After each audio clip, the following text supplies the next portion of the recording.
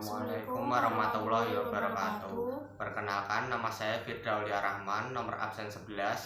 Nama saya Nawal Alfiana Agustina, nomor absen 24. Kami dari kelas 12 MIPA 6 akan mempresentasikan tahap peraga pembelahan sel mitosis dan meiosis. Pembelahan sel mitosis. Profase membran inti mulai rusak menjadi bagian fragmen kecil-kecil. Benang-benang kromatin memadat menjadi kromosom. Selanjutnya adalah metafase. Kromosom berjejer bidang pembelahan. Dan selanjutnya anafase. Kromatin saudara dari setiap pasangan memisah menuju kutub yang berlawanan. Dan selanjutnya telofase. Membran inti mulai kembali bergabung, kromosom mulai merenggang. Selanjutnya pada sel meiosis, profase 1, membran inti mulai rusak menjadi bagian-bagian kecil atau yang biasa disebut fragmen dan terbentuk gelendong pembelahan.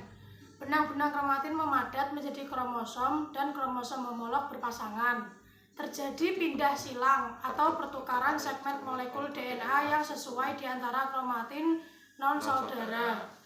Pada selanjutnya metafase 1, kromosom sudah berjejer pada bidang pembelahan. Selanjutnya pada proses anafase 1, kromosom homolog memisah dan bergerak ke kutub-kutub berlawanan. Pada proses telofase 1, kromosom homolog memisah dan bergerak ke kutub-kutub berlawanan. Membran inti mulai terbentuk kembali. Sitokinesis menyebabkan terbentuknya dua sel anakan yang sifatnya haploid. Kemudian pada proses profase 2, membran inti mulai rusak menjadi bagian-bagian kecil atau yang biasa disebut fragmen dan terbentuk gelondong pembelahan.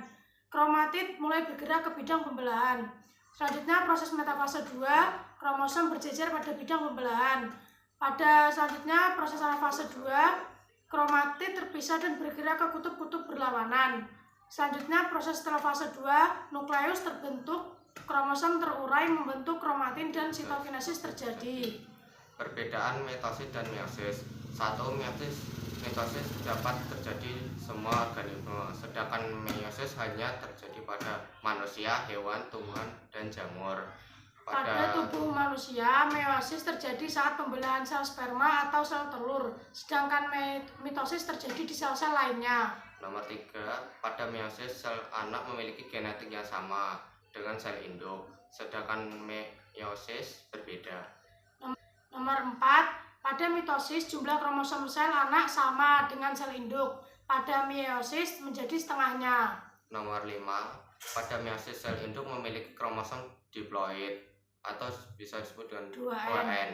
Maka jumlah kromosom yang dimiliki oleh sel anakan juga diploid atau 2N.